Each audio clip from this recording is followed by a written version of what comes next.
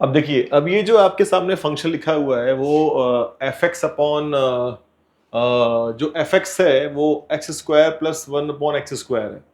अब इस क्वेश्चन का यदि आपको रेंज फाइंड करना है तो इसके रेंज के लिए बहुत सोचना पड़ेगा अपन लोगों को सर।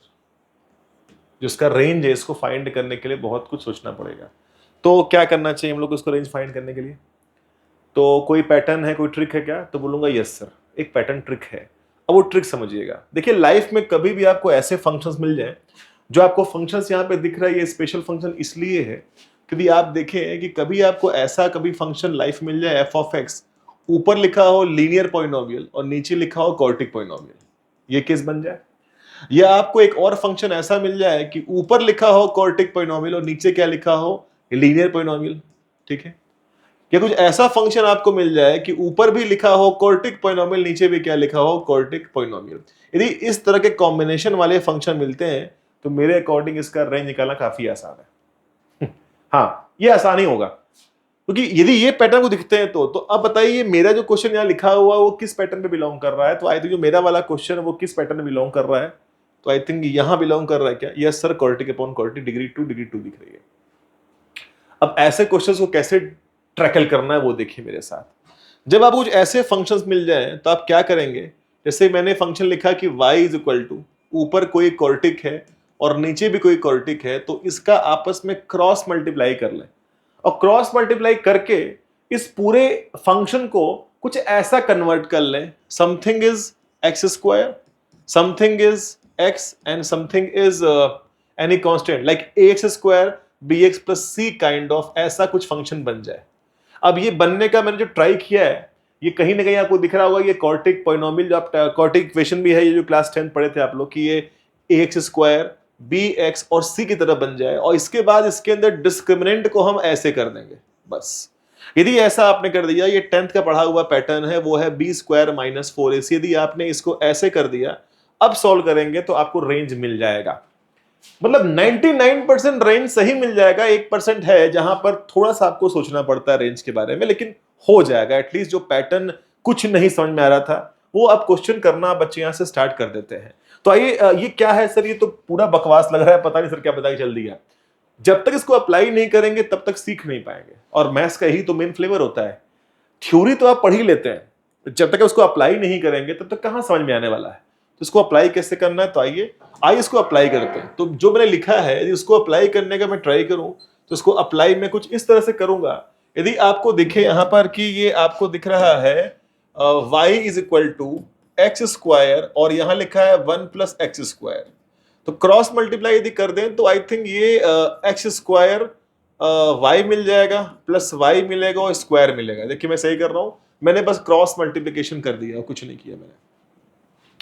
अब मैं इसको इधर लेके आऊंगा, इसको इधर लाते ही फंक्शन कैसे बनेगा, X square Y minus X square और plus Y is equal to 0 बन जाएगा। और यहां से स्क्वायर को कॉमन ले लिया जाए तो मेरे को वाई माइनस 1 दिख रहा है एक्स स्क्वायर और प्लस वाई दिख रहा है इज इक्वल टू 0। अब ये जो चीज है ये वही है जो मैं आपसे बात कर रहा था। कैसे है सर? तो थोड़ा ध्यान से आप फोकस करिए, मेरा फॉर्म दिख रहा है, मेरे पास फॉर्म आ गया है ए एक्स स्क्वायर, ये ए है, ये एक्स स्क्वायर। देखिए यहां पर मैं इसको ध्यान से आपको फोकस कराऊं तो ये दिख रहा है, यहां पर ए क्या दिख रहा है, ये पूरा पूरा ए दिख रहा होगा। बी एक्स, एक्स का तो टर्म ही नहीं है सर, तो मेरे पास बी टर्म तो है ही नहीं, तो 0 इंटू एक्स कर लेते हैं और जो बच जाता है वो क्या होता है, वो सी होता है। तो ये आपका सी यहां दिख रहा है, तो यहां पर ए और यहां पे बी के प्लेस पे सी दिख रहा होगा। तो मैं इसको ऐसे लिखने का ट्राई करूं तो आपको और चीजें अच्छी दिखेंगी। ये y माइनस 1 ऐसे दिख रहा है, तो ये हो गया ए एक्स स्क्वायर, बी एक्स तो यहां पर था ही नहीं सर, ये क्या आपका सी एक्स दिख रहा है। अब इसको 0 करके अपना हम क्वाड्रेटिक डिस्क्रिमिनेंट लगा के आंसर को निकाल सकते हैं। तो आइए मैं करता हूं। यदि मैंने कंपैरिजन किया तो मुझे ए बी सी क्या मिल रहा है, ए की वैल्यू ये है, बी नथिंग, बी 0 है और सी क्या है आपका y है। तो यदि मैं इस पे ये वाला पैटर्न सॉल्व करूं कि d को मैं ऐसे कर दूं तो बी स्क्वायर माइनस 4ac की जो वैल्यू है वो ऐसे हो जाएगा।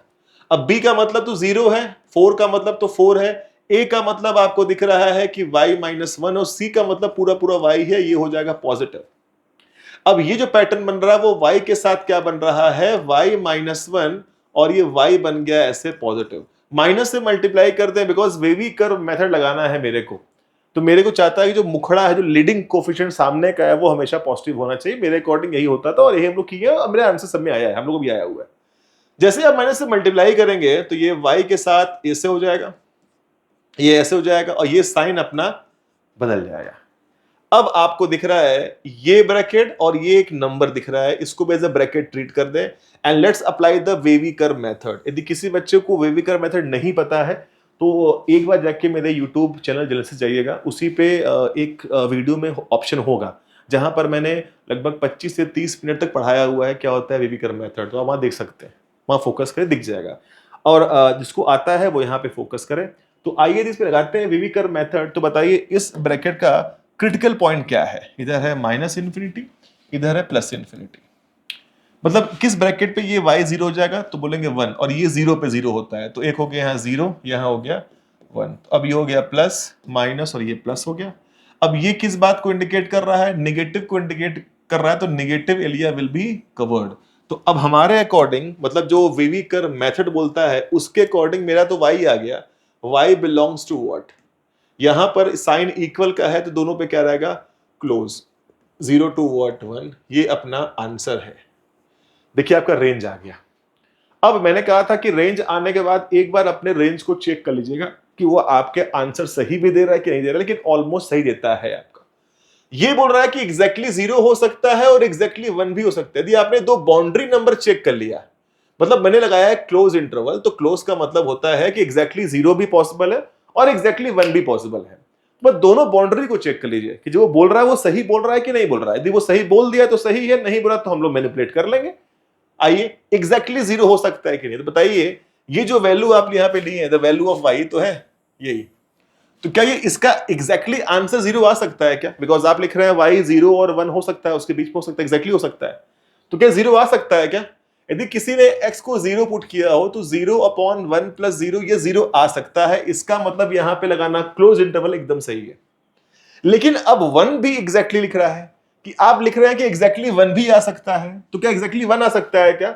आप x के प्लेस पे कुछ भी पुट करेंगे, एग्जैक्टली 1 कभी भी नहीं आएगा। जब भी आएगा वैल्यू 1 से थोड़ा सा छोटा आएगा, थोड़ा सा पहले आ जाएगा। 0.999 तक मिल जाएगा, लेकिन एग्जैक्टली 1 नहीं मिलेगा। इसका मतलब इसको मुझे मैनिपुलेट करना है, तो और करके मैं बोलूंगा कि रेंज क्या आया? क्लोज टू 0, ओपन टू 1, और आपका आंसर आ चुका है। ये आपका आंसर है। ये थोड़ा सा आपको थिंक करना पड़ेगा, लास्ट पे सोचना पड़ेगा। यदि सोच लिया आपने तो काम हो गया। लेकिन 90% चांस है कि बच्चे ऐसे मूव ऑन करके एक स्ट्रेंथ रिटेन कर लेते हैं। मतलब अच्छा फील आता है, यार मैं रेंज निकाल ले रहा हूं ऐसे क्वेश्चंस का। आपका रेंज आपके सामने है। तो अब इस पैटर्न पे एक और क्वेश्चन करिए, ठीक है? तो मैं इसका आपको दे दूंगा पीडीएफ फॉर्म, आपको मिल जाएगा व्हाट्सएप ग्रुप पे। तो इसके बाद एक और इसका क्वेश्चन मैं कराता हूं। यहां पे x square 1 plus x square है। अब एक और फंक्शन में दूं आपको, ये आपको दिखा हुआ है एफ एक्स, और मैं आपसे बोलूं कि इसका रेंज निकालिए। तो आप बस शुरू हो जाइए, इसको मैं वाई कर ले रहा हूं।